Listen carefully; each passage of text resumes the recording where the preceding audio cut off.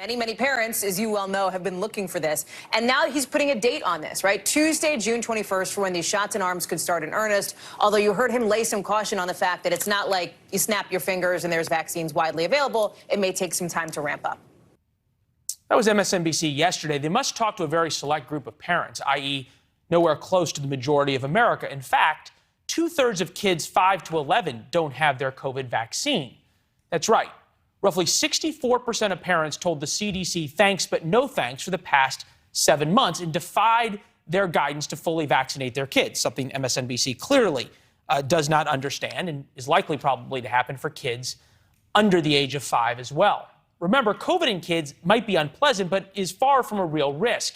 In fact, the American Academy of Pediatrics reports a death rate between 0.00 and 0.002. It is truly hard to find cases where healthy kids have died of COVID, period, over the past 2 years. Compare that to a new mysterious form of hepatitis. In 650 cases among largely healthy kids worldwide, 9 have died. 38 needed liver transplants. Dr. Amish Adalja with us now from Johns Hopkins University. Doc, good to see you. What feels most scary about this thing of hepatitis is not only don't we know how to cure it, we don't even know why it's happening. Exactly. This is a little bit of a mystery. We know that there is this virus, adenovirus 41, that is present in most cases, but not all cases, and that may have some linkage to it, but it's not behaving the way other viral hepatitis occur, meaning that when they do biopsies of the liver of these kids, you don't see viral particles there. So there may be something getting triggered, something that's getting set off by this virus, but it's going to take some time to unravel it. And until then, it's going to remain a mystery, and we have to be alert to understand to it and try to understand what's going on. I get it, but you've got something where you've got 30 plus kids needing liver transplants, 9 deaths.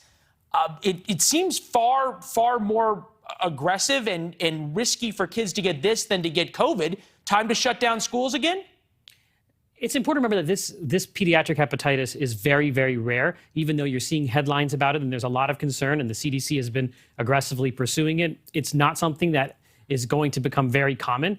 But when it comes to COVID-19, I think the reason what was behind all the mitigation was this was actually spreading. This was something that had a known cause that they were trying to get their hands around. And this pediatric hepatitis, we don't really understand if it's spreading from person to person.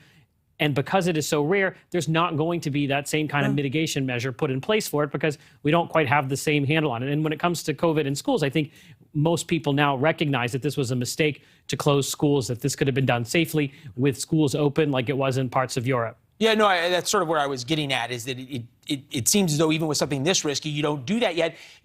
What I thought was fascinating, what I love having you on for, is that you actually say, I don't know, which almost no doctor does. That is on television. But doesn't that make it even scarier if we don't know what's causing this and how it's spreading? It makes it scary in the sense that we don't know how to predict when it's going to occur. But the fact that it's so rare, and we know that adenoviruses spread pretty rapidly in communities that they had sort of taken a break during the COVID years, and maybe the immune systems of children weren't necessarily exposed to it. So now maybe this is behaving differently or setting off some kind of autoimmune phenomenon.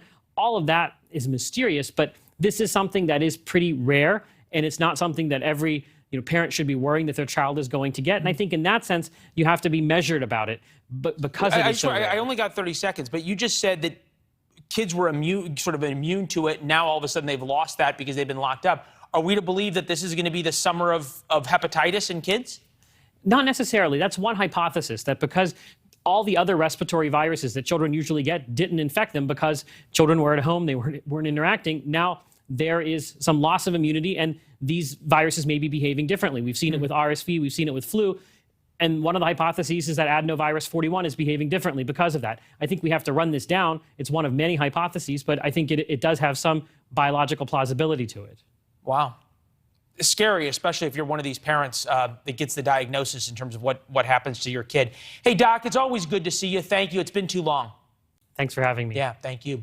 Thanks for watching. Go to newsnationnow.com to find NewsNation on your television provider. And don't forget to subscribe. Click the red button to get more of NewsNation's fact-driven, unbiased coverage.